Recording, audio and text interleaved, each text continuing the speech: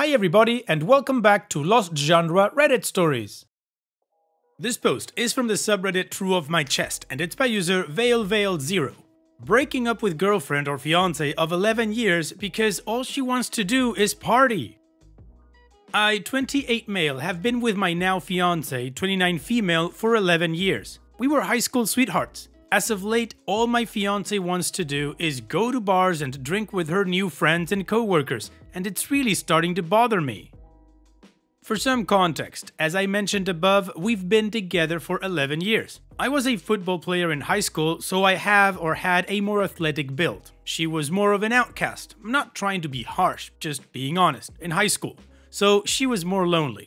Me being an ex-football player and going to college, I got invited to parties and gatherings constantly. She's always been unsure of herself, so she really didn't want me to go to those gatherings. She insisted that I was going to find someone better than her there, so I shouldn't go.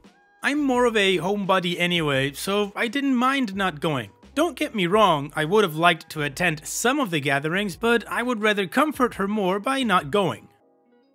Fast forward to the last 2 years, and she just started her new registered nurse nursing job. We both have really good jobs and make good money. She started getting invites to hang out with friends after work. I'm not a jealous guy, so I don't care. We both work overnights, so she would go to breakfast with her co-workers in the mornings after work. Again, I'm not worried about it. The breakfast in the morning slowly progressed to where now she's going bar hopping with her friends at night and not getting home until 3 in the morning. She lost some weight during that time, so I attributed that to her being more confident. We're saving for a house, planning on having kids soon. And I just proposed in December and she wanted to be married by February 2023. With all that in mind, I've been grinding my butt to save extra money, picking up overtime shifts when I can and making lifestyle sacrifices. Then one day she asked me if she can go to a bar with her co-workers for someone's birthday. Mind you, she had already been out 3 different times for co-worker birthdays this month. I told her I didn't think it was a good idea and that she should give it a little break. She got upset with me telling me I'm not letting her live her life the way she wants to live her life. She also said since I would be working, then it shouldn't be that big of a deal. I was originally scheduled off for that day, but I picked an overtime shift. I told her that and she got upset. Now we're broken up and trying to figure it all out. She says that I shouldn't hold her to not allowing me to go places over her head. I told her that I'm not trying to hold it over her head, but we have life goals that require something different than just going out all night and having a good time.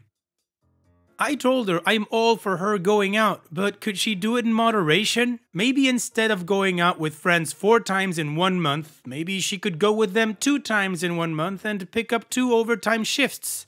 She said she doesn't want to do overtime on her days off, like I do. So now she says I'm too demanding. Like if she wants to get tattoos all over her body, I should allow that. If she wants to smoke weed and party, I should allow that. I told her I'm not trying to stop her from doing what she wants to do. I just won't be here standing by until she feels ready to get this family life back on the road. Am I wrong here? I'm losing my crap. OP, I don't think you're in the wrong, not at all, but I also don't think she's in the wrong, just like you do. However, I do believe that both of you are working for different things. My line of thought is that people that want something or have a goal work towards that goal in order to achieve it. You want this thing to work. You want to marry her, so you're picking up more overtime to get more money in order to finance your future life. Following that line of thought, it doesn't seem like your fiancé is on the same page. If she was, then her actions would reflect it differently. She would be looking for overtime without you having to ask her to do it, and she wouldn't be going out partying and spending money instead of saving it. So in your post when you say, we are saving for a house, I kind of think you're saving for a house, she isn't. Now, another point that kind of raised the red flag in my opinion is the fact that she wouldn't let you go out to party even though you weren't really keen on doing it because she didn't want you to find somebody better than her, in her words, right? I would attribute that to her insecurities, which apparently have now been diminished because she feels more confident. So what is she doing? She's going out to party, which again, there's nothing wrong with that. But putting that together with what she said to you 11 years ago kind of makes me think that she's out there looking for someone quote-unquote better than you. In summary, OP, this is an uneven relationship, and the fact that you guys already broke up, I would say just keep the status quo. Broken up and move on. And what do you guys think about this whole situation? What kind of advice would you give OP if you were in their shoes? Let me know in the comments section, and now let's move on to the community comments to see what they said. Wanaji says, "You grew apart, dude. The only thing I see wrong in this relationship is that allowing the other to do something is a thing. You are deciding for different things on life right now. What can you do? What can anyone do? We all should find what makes us happy and follow that path. It just seems like your path is not together with hers anymore. It sucks, that's it." DuckTruck27 says, "You two are totally at different stages of life right now. She's found herself and wants to go out and explore and have fun. She's not ready to settle down and have a family. You, on the other hand, are. People grow at different paces. It's probably best you two not get married because otherwise there could be some strong resentment. Time apart may help her see what she really wants, but that may not be home life. You shouldn't compromise on what you want either. Starting over sucks, but being miserable and unhappy is far worse." Impossible Comment 44 says, "This happened to me, like almost exactly. Red flags everywhere, and I mean like really real ones. Like me having 3 jobs to keep up with his old family money lifestyle while he goes to strip club type red flags. Married the effort like a damn idiot. He got my prime years. We had 2 beautiful children together that haven't had the best childhoods because we are effing asshats who don't get along. He ended up leaving me for a good friend of mine. Now I look back and I think to myself, you moron. Don't be like me." Edit. I also didn't go to college to be with him. Obviously major insecurities and psychological issues which led to my choices.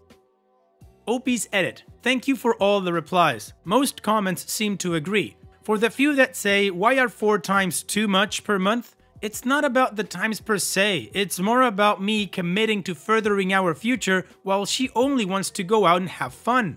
If she was going out on average 8 times per month, I would ask her to go out 4 times and pick up 4 overtime shifts. I know she's a nurse and we both have trying tough jobs, but going out drinking 4 times per month and bar hopping isn't the answer.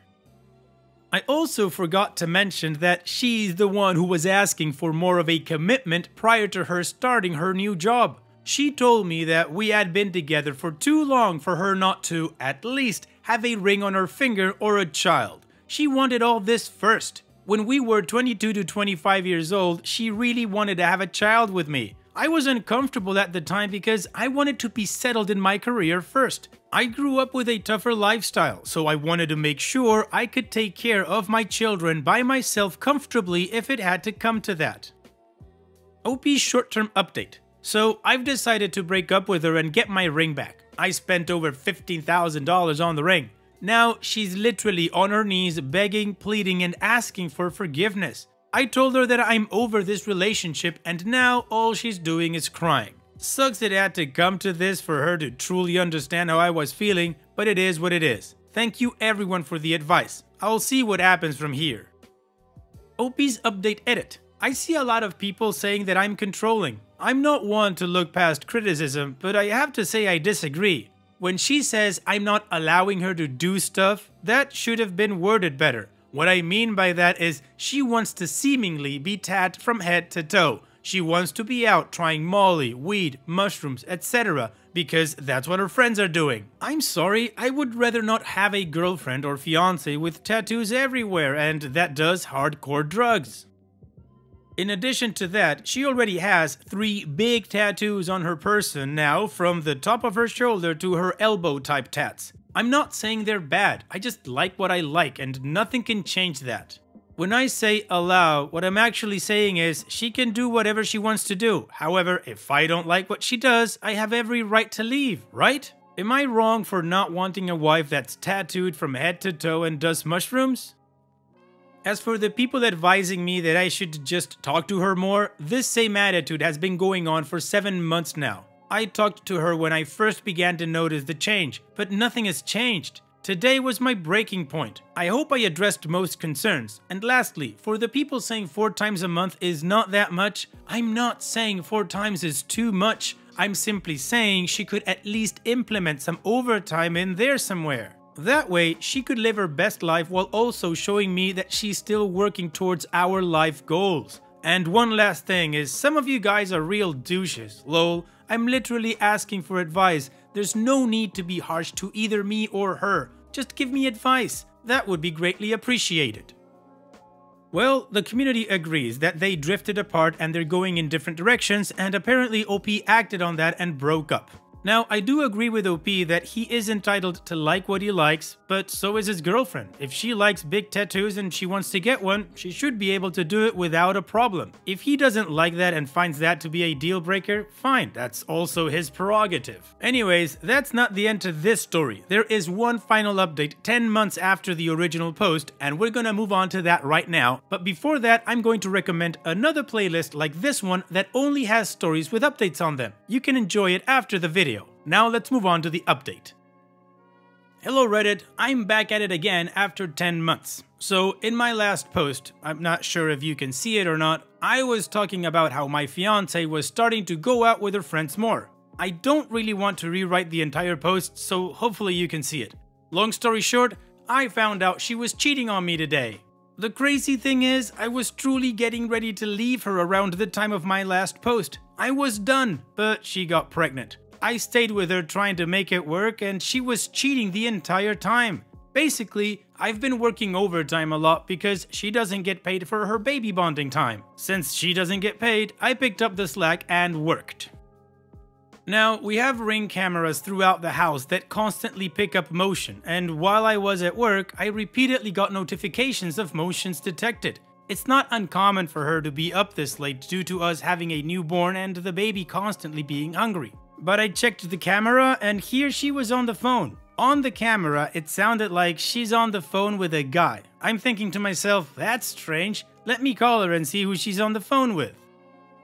She says, "Oh, I was on the phone with my friend." The friend she was referring to is a female. I tell her to go watch the video because it sounds like she's on the phone with a guy. She says no, she wasn't on the phone with a guy. She was listening to a video of a guy talking while talking to her friend. Thinking face. At this point, I'm on high alert. I'm trying to figure out how to catch her lying blatantly because she was adamant that it was the video of a guy talking, and that's what I was hearing. So here's what I do. I didn't want to tell her to send me the contact of her friend because her friend would obviously lie to me for her and she would delete the guy's number. Spoiler alert, she had the guy's number under her friend's number. So I FaceTimed her. I have her screen share with me. I then have her go to her friend's contact and I say that it's strange. Why are there two numbers listed for the same friend? She says, oh, her friend has two phones and she had both numbers. I said, okay. I called the first number on my work phone and a guy picks up the phone. Shake my head. She finally admitted to talking to the guy for a year, but she claims she hadn't cheated on me with him. She started talking to him when we were going through a rough patch in our relationship. I've always told her that if she wanted to be with someone else, she could just leave. I'm not a cry for you type of guy, and I would respect her a lot more for just being honest about her wanting to be with someone else. This crap sucks. I've been with this girl for 11 going on 12 years. I'm not a bad looking guy and I've turned down a lot of women to be faithful to her. She literally wasted a ton of my life that I could never get back. We just had a kid and bought a house together. Now all of that is over with. So I guess the moral of this story is don't ignore the signs of cheating. Her phone would always be on Do Not Disturb. She suddenly wanted to be out with her friends. She would do other suspicious things that I can't think of right now. I will be getting a paternity test on the child to see if he's mine. I'm just heartbroken and torn. I'm also not the type to self-harm, so don't worry. Lol. Just need some time to get over the heartbreak. Thanks for reading. Update. To add to the heartbreak, I learned that the guy she cheated on me with is 37 years old with 5 kids. For comparison, I'm 29 with no kids, except the one I might share with her.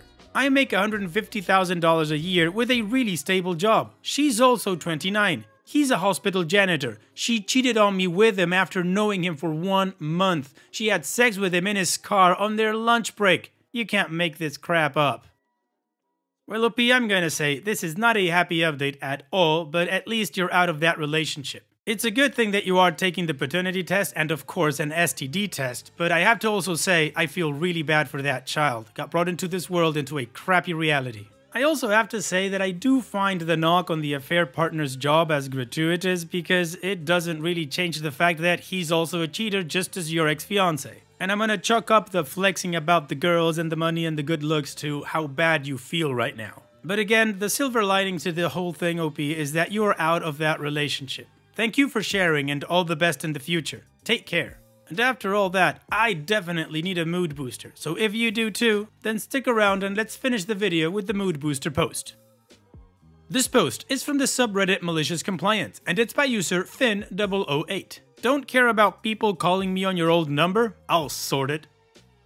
This was about 10 years ago. Also, English is my second language and I'm writing this on my phone. So I had just moved to Australia and gotten a new phone, but as it turns out, my number was someone else's old number. Every other week, I'd get calls from a tradie who wanted to know why I wasn't on site, mate, or what I wanted to be done with building project ABC. Every time I explained at length that they got the wrong number, and quite often folks on the other side were absolutely rude or thought I was taking a piss and insisted I answer their questions or show up on site now. I was over it, so I googled my own number and did some digging and eventually found the guy who had my number before, then his new number, and then I called him. I politely explained my dilemma and pointed out that there were 2 websites still having his old, my now new, number, and if he could please change this and let his contacts know about his new number and delete the old one, as it was getting quite tedious for me. By that time, I'd used my number for work, visa applications, landlords, and friends, and changing it would have been a huge pain. I explained all of that. Well, of course, he was just as pleasant as most of his contacts, and told me something along the lines of, "I don't give an F, mate. That's not my effing problem. Get effed, sort your own crap out, mate." Well, the universe provides, and so I got a great opportunity to do just that only a few weeks later. I received a call in the early hours of one morning from another disgruntled guy telling me he was early and demanding to know where I wanted the sand put down and how to get in. I asked what sand and was told he had a full truckload of sand as ordered and no one was on site and it was all fenced off. I briefly thought about launching into my explanation, but I was tired and over it and then realized the opportunity provided. I snapped back at him with no uncertainty. "Mate, it's all good. Dump it all right in the driveway, front of the fence. We'll sort it out when we get there." The guy said, "You sure, mate? It's a lot of sand." I go, "Absolutely sure, mate. Thanks a lot." And he says, "All right then, boss," and hangs up. Well, I go back to bed, snoozing for another hour with a huge smile until my phone rings again and I see it's old mate with his new number who I had saved when I called him a few weeks ago. I pick up rather chipper and he doesn't waste any time launching into a series of swear words and how he has no access to the site and that he has to move a literal ton of sand by hand and whether or not I told the guy to dump it all there. I replied, "You told me to sort this out myself. This is me sorting this out. You can remove the numbers and let your contacts know or not. Totally up to you, mate." He was fuming, called me a few more choice words, promising to find me and a lot more before we ended the conversation. However, the numbers disappeared from the internet really quickly after that, and I never got another call again. I still have my number, and every time I see a truck with sand, I chuckle to myself thinking of this guy moving a ton of sand by hand and losing a few hours of labor because he was a douchebag and couldn't be bothered sending a few texts. Oh, OP, this was glorious. I really enjoyed your malicious compliance. I did rack my brain a little bit to see if I could include a pounding sand kind of pun, but I couldn't. So if any of you guys does, just write it down in the comment section. Thanks for sharing, OP. And that's it for today's video. Thank you so much for taking the time to watch it. Now, if you've gotten to this point in the video, I assume that you like these stories that I'm reading out. So here are a couple more that you might enjoy. And if you don't have any time to watch another story right now, save it for later. And also, don't forget to hit that subscribe button.